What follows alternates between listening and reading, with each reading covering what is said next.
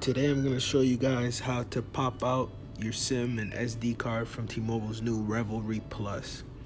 Now the first thing you're going to need is one of these SIM tools, and you're going to want to find the slot where the SIM card is on this phone. In this case, it'll be right here at the top. You'll see because there's a little plate with a little hole where we're going to use the SIM tool in order to pop this open. Now you're going to take this SIM tool and you're going to want to just that little hole there, you're going to want to put the SIM tool inside of it, and you're going to push in on it. And when you push, it's actually going to pop out the plate. We're just going to remove this,